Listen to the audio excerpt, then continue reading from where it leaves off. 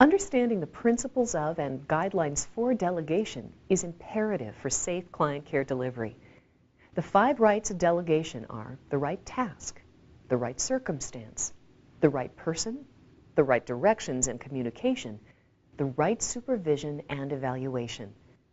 Registered nurses, called RNs, may delegate tasks to and supervise other RNs. Licensed practical nurses, called LPNs, and assistive personnel, called APs. When delegating a client care task, be sure to consider the individual's education, training, and experience. Kelly, I need you to measure vital signs every 4 hours and calculate the intake and output at the end of the shift for Mrs. Miller in room 402. I would like you to report vital signs back to me shortly after you take them. Sure, I'll let you know her vital signs as soon as I get them. Thank you. And Brandon, will you reinforce the importance of checking blood glucose levels and foot care for Mrs. Miller? She was admitted yesterday for hyperglycemia and non-adherence to her diet and medication regimen. Her lower extremities also look like she has poor circulation. Sure, I'll go over that information with her again, and I'll provide her with the pamphlet we have on foot care and general diabetes management. Okay, Mrs. Miller, let's see what your temperature is today. Okay, thanks, bye. Hey, Nicole. Hi, Kelly. I obtained Mrs. Miller's vital signs and calculated her intake and output. It appears her vital signs are consistent with those on admission.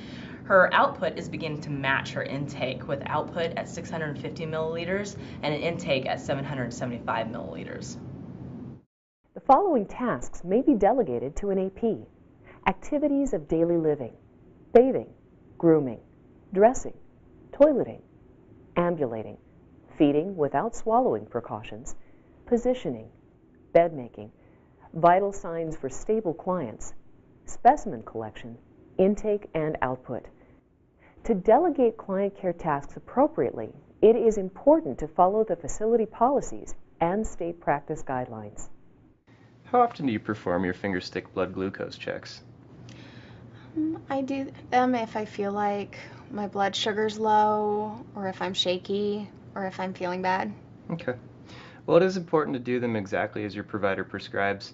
You'll want to keep a log with dates, times, and accurate blood glucose levels to report back to your provider. That sounds like a good idea. I'll start doing that. I really had no idea my glucose was so high. Okay. Well, I know the RN came in this morning and covered foot care with you. I have a pamphlet for you. Okay. It covers the same things she taught, and it also has illustrations that show how to provide care for your toenails. Do you have any questions? No, not right now. I'll look over the information and let you know if I have any questions. Okay. Hey, Nicole.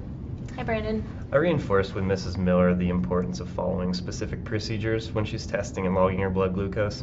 Also, we covered the importance of routine foot care. She has the diabetic pamphlet, and she says she understands what she needs to do. The following tasks may be delegated to an LPN. Monitoring client findings as input for the RN's ongoing assessment of the client. Reinforcing client teaching from a standardized care plan. Performing tracheostomy care and suctioning. Performing uncomplicated wound care. Checking nasogastric tube patency. Administering enteral feedings. Inserting a urinary catheter. Administering medications. This may exclude intravenous medications, depending on individual state practice guidelines and whether or not the LPN obtains any required training or certification. Additional tasks may be appropriate for delegating to LPNs as specified in facility policies and state practice guidelines. In these scenarios, the RN delegated the tasks appropriately to the AP and to the LPN and followed the 5 rights of delegation. It's important to remember that the delegating nurse must provide ongoing directions and supervision when delegating tasks. It is crucial to evaluate the delegated client care as well as client outcomes and to intervene if needed to ensure the client's safety and quality care.